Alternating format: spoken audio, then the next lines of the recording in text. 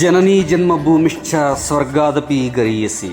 ಹೆತ್ತ ತಾಯಿ ಹೊತ್ತ ಭೂಮಿ ಸ್ವರ್ಗಕ್ಕಿಂತ ಮಿಗಿಲೆನ್ನುವ ಮಂತ್ರಕ್ಕೆ ದೀಕ್ಷಿತರಾದಂಥ ಭಾರತೀಯರಾದ ನಾವಿಂದು ವ್ಯಕ್ತಿ ಪೂಜೆಯ ಅಮಲಲ್ಲಿ ದೇಶಪ್ರೇಮದ ಶೂನ್ಯತೆಗೆ ಸಿಕ್ಕು ನಮ್ಮನ್ನೇ ನಾವು ಪ್ರಶ್ನಿಸಿಕೊಳ್ಳುವ ಸಮಯಕ್ಕೆ ಎದುರಾಗಿದ್ದೇವೆ.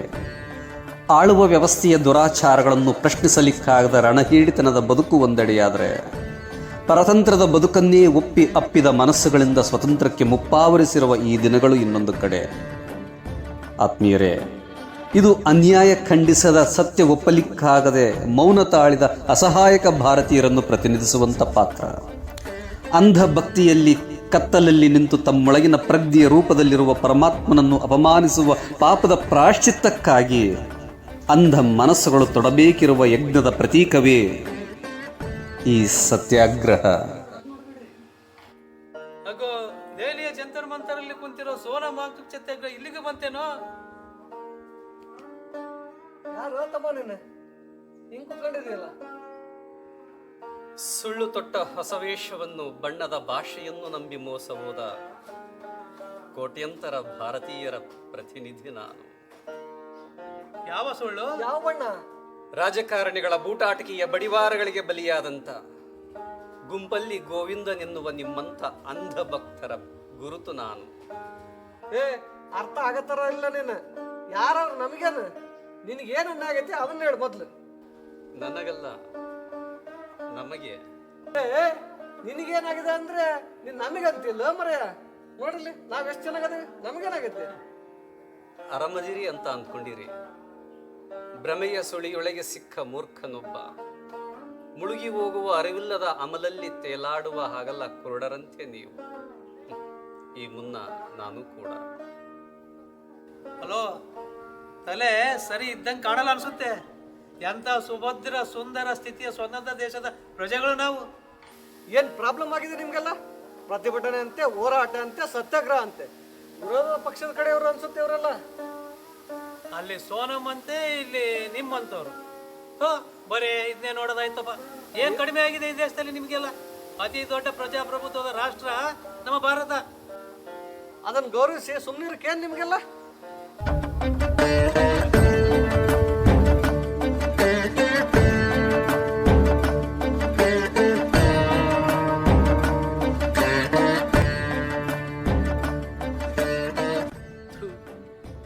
ಎಲ್ಲವನ್ನ ಎತ್ತಿ ರಾಜಕೀಯದ ಚರಂಡಿಗೆ ಹಾಕಿ ಗಬ್ಬೆಬ್ಬಿಸಿಬಿಡೋದು. ಅಲ್ಲಿಗೆ ಅಪರೂಪಕ್ಕೆ ಮೂಡಬಲ್ಲ ಸಣ್ಣ ಸಣ್ಣ ಧ್ವನಿಗಳು ಹೇಳ ಹೆಸರಿಲ್ಲದೆ ಅಳಿಸಿ ಹೋಗೋದು. ಪ್ರಜಾಪ್ರಭುತ್ವ ಎಲ್ಲಿದೆ? ಹೆಸರಿಗಷ್ಟೇ ಪ್ರಜಾಪ್ರಭುತ್ವ. ಸರ್ಕಾರದ ವಿರುದ್ಧ ಮಾತನಾಡಿದರೆ ಏನಾಗುತ್ತೋ ಅನ್ನೋ ಭಯದಲ್ಲಿ, ಏನೂ ಗೊತ್ತಿಲ್ಲದೆ ಬದುಕುವ ರಣಹೇಡಿಗಳ ಮೌನದಲ್ಲಿ ಪ್ರಜಾಪ್ರಭುತ್ವ ಬೀದಿ ಹೆಣದಂತೆ ನಾರ್ತಾ ಇದೆ. ಏನ್ ಕರ್ಮಾರಿ, ಹೋರಾಟದ ಉದ್ದೇಶ ನೋಡಿಕೊಂಡು ಮಾತನಾಡ್ರು ಅಂದ್ರೆ ಅವನು BJPನೋ ಕಾಂಗ್ರೆಸ್ಸೋ, ಇಷ್ಟೇ ಈ ದೇಶದ ಕಥೆ. ಅಲ್ಲಿಗೆ ದೇಶದ ಕತೆ ಇಷ್ಟೇ ಕಣಮ್ಮೋ, ಇಲ್ಲಿ ಚಿಂತೆ ಮಾಡಿ ಲಾಭ ಇಲ್ಲಮ್ಮೋ.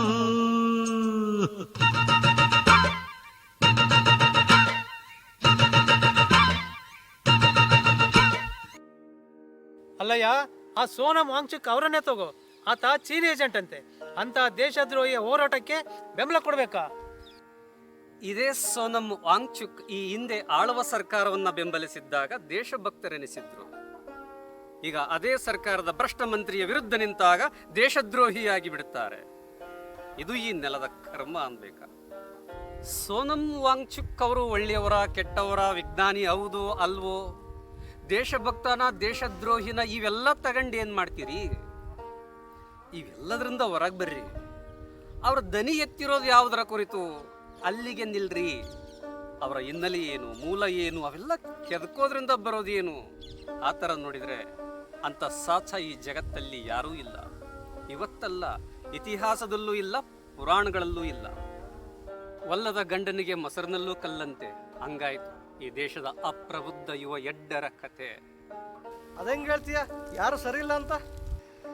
ನೋಡುವ ಕಣ್ಣುಗಳಿಗೆ ಕಾಮಲೆ ಬಡಿದಾಗ ಯಾರು ತಾನೇ ಸರಿ ಕಾಣಿಸ್ತಾರೆ? ಅಂದ್ರೆ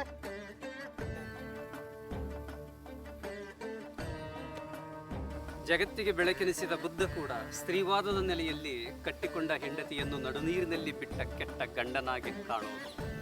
ಎಲ್ಲರಿಗೂ ಇಷ್ಟ ಆಗೋ ದಾನವೀರ ಅಪ್ರತಿಮ ಶೂರ ಕರ್ಣ ಕೂಡ ದ್ರೌಪದಿಯ ಮಾನ ಹೋಗೋ ಹೊತ್ತಲ್ಲಿ ಮೌನವಾಗಿದ್ದಾಗ ಅವನ ದಾನವೀರಗಳೆಲ್ಲ ಷಂಡತನದ ಪರಮಾವಧಿಯನ್ನೇ ಮೀರಿದ್ದು. ರಾಮ ತನ್ನ ಕನಸಿನ ರಾಜ್ಯವನ್ನೇನೋ ಕಟ್ಟಿದ, ಆದರೆ ಸೀತೆಯ ಪಾಲಿಗೆ ಕನಸಾಗಿಯೇ ಉಳಿದ. ರಾವಣನಂತ ರಾಕ್ಷಸನು ಶಿವನನ್ನ ಸಾಕ್ಷಾತ್ಕರಿಸಿಕೊಂಡವನೇ. ಸತ್ತ ಮೇಲಷ್ಟೇ ಇಲ್ಲಿ ಎಲ್ಲರೂ ಮಹಾತ್ಮ ಹುತಾತ್ಮರ ಪಟ್ಟಕ್ಕೇರಿ ಕುಂತವರು.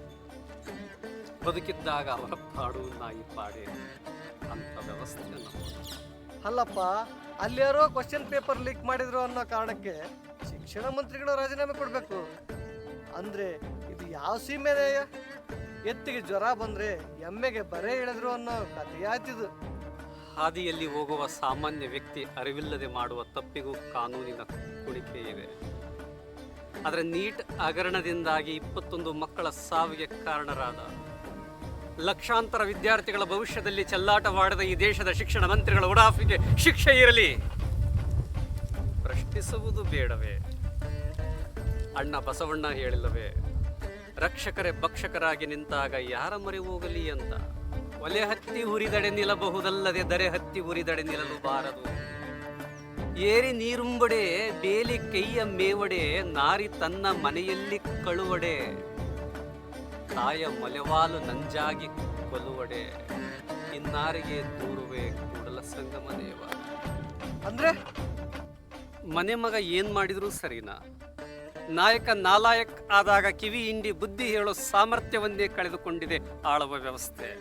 ಅಂದ್ರೆ ಇಂಥ ಸತ್ತ ಪ್ರಜೆಗಳ ಹೊಣೆಗೇಡಿತನಕ್ಕೆ ಏನು ಹೇಳೋಕ್ಕಾಗುತ್ತೆ?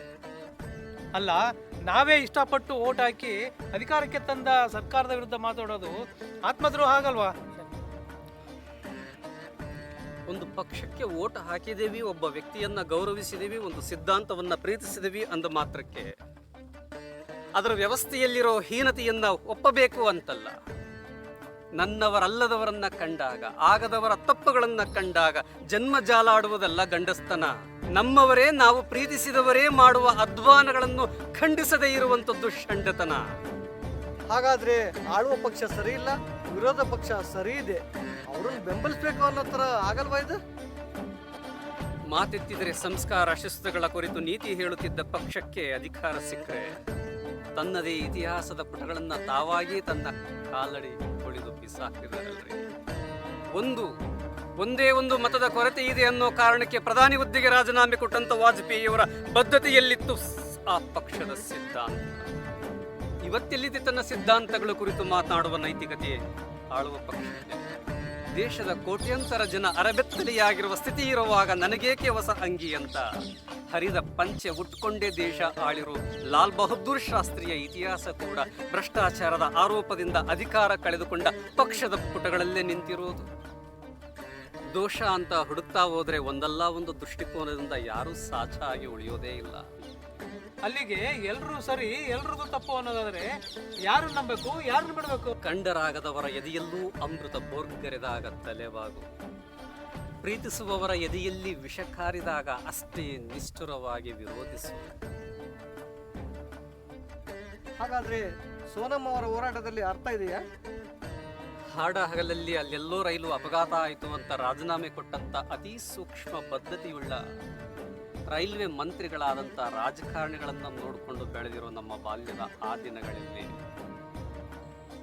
ಆಗಬಾರ್ದಾಗಿ ಮಾಡಬಾರ್ದು ಮಾಡಿ ಏನೂ ಆಗೇ ಇಲ್ಲ ಅನ್ನುವ ರೀತಿಯಲ್ಲಿ ಮೌನವಾಗಿರುವ ಇವತ್ತಿನ ಬಂಡ ಅಧರ್ಮವನ್ನೇ ಪ್ರಧಾನವಾಗಿಸಿಕೊಂಡ ಮಂತ್ರಿಗಳಲ್ಲಿ ಇಷ್ಟೆಲ್ಲ ಆಗಿಯೂ ಏನೂ ಆಗೇ ಇಲ್ಲವೆಂಬಂತೆ ಬಾಯಿಗೆ ಬೀಗ ಹಾಕಿಕೊಂಡಿರೋ ಪ್ರಧಾನಿಗಳ 56 ಇಂಚಿನ ಎದೆಗೆ ಈ ದೇಶದ ಉದ್ಧಾರ ಮಾಡೋ ಶಕ್ತಿ ಐತೋ ಇಲ್ವೋ? ಕೊನೆ ಪಕ್ಷ ತನ್ನದೇ ಸಂಪುಟದ ಅಯೋಗ್ಯ ಮಂತ್ರಿಯನ್ನ ಕಿತ್ತೊಗೆಯುವ ತಾಕತ್ತು ಇಲ್ಲವಾಯಿತೆ. ಅದೆಲ್ಲ ಸರಿ, ನಿಮ್ಮ ಈ ಸತ್ಯಾಗ್ರಹದ ಉದ್ದೇಶ? ಪ್ರಾಯಶ್ಚಿತ್ತಕ್ಕಾಗಿ. ಯಾವ ಪ್ರಾಯಶ್ಚಿತ್ತಕ್ಕಾಗಿ? ಅನ್ಯಾಯ, ಅಧರ್ಮ, ಅಸಹ್ಯಗಳನ್ನ ಖಂಡಿಸದ ಷಂಡ ಮನಸ್ಥಿತಿಯ ಕಾರಣದಿಂದ. ಇದರಿಂದ ಆಗುವ ಬದಲಾವಣೆಗಳೇನು? ಆತ್ಮಶುದ್ಧಿಯ ಯಜ್ಞವಿದು. ಅನ್ಯಾಯ ಖಂಡಿಸದ ಎದೆಯಲ್ಲಿ ಆತ್ಮ ಅಳುತ್ತದೆ. ನನ್ನೊಳಗಿನ ಪರಮಾತ್ಮನ ನೆಮ್ಮದಿಗಾಗಿ, ನಗುವಿಗಾಗಿ ನನ್ನ ಈ ಹೋರಾಟ ನನ್ನ ಈ ಹೋರಾಟ. ಏ ಬಾರೋ, ಇಲ್ಲೇ ನಿಂತ್ರೆ ನೋಡಿದರು ಇವನ್ ಜೊತೆ ನಮ್ಮನ್ನು ದೇಶದ್ರೋಹ ಪಟ್ಟಿಗೆ ಸೇರಿಸ್ಬಿಟ್ಟಾರು.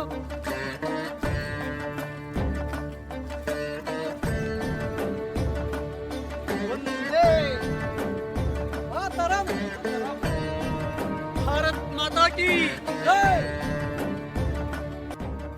ಪ್ರೀತಿಯ ವೀಕ್ಷಕರೇ, ವ್ಯಕ್ತಿಗಳಿಗಿಂತ, ಪಕ್ಷಗಳಿಗಿಂತ, ನಂಬಿಕೆಗಳಿಗಿಂತ, ಮತ್ತಾವುದೇ ಮಿತ್ತುಗಳ ಪ್ರೇರಿತ ಸಿದ್ಧಾಂತಗಳಿಗಿಂತ ಭಾವ, ರಾಗ, ತಾಳಗಳ ಸಿದ್ಧ ಕೃತಿಯಾದಂಥ ನಮ್ಮ ಭಾರತವೇ ಮೇಲು, ಎಲ್ಲಕ್ಕಿಂತ ಮಿಗಿಲು. ಭಾರತದ ಭವಿತವ್ಯಕ್ಕೆ ಸಮರ್ಪಿತವಾದಂಥ ಕೋಟಿ ಕೋಟಿ ಜೀವಗಳ ತ್ಯಾಗ ಬಲಿದಾನಗಳನ್ನು ವ್ಯರ್ಥಗೊಳಿಸಿಕೊಂಡರೆ ನಮ್ಮ ಅಸ್ತಿತ್ವಕ್ಕೆ ಅರ್ಥವಾದರೂ ಇಲ್ಲಿ. ಸತ್ಯವನ್ನು ಒಪ್ಪಿ ಅಪ್ಪುವುದರಲ್ಲಿ ಶಿವನಿರುವನು. ಸತ್ಯದ ಸಾಕ್ಷಾತ್ಕಾರವೆಂಬ ಶಿವನೇ ಬದುಕಿನ ಸೌಂದರ್ಯ. ಸತ್ಯಂ ಶಿವಂ ಸುಂದರಂ. ವಂದೇ ಮಾತರಂ.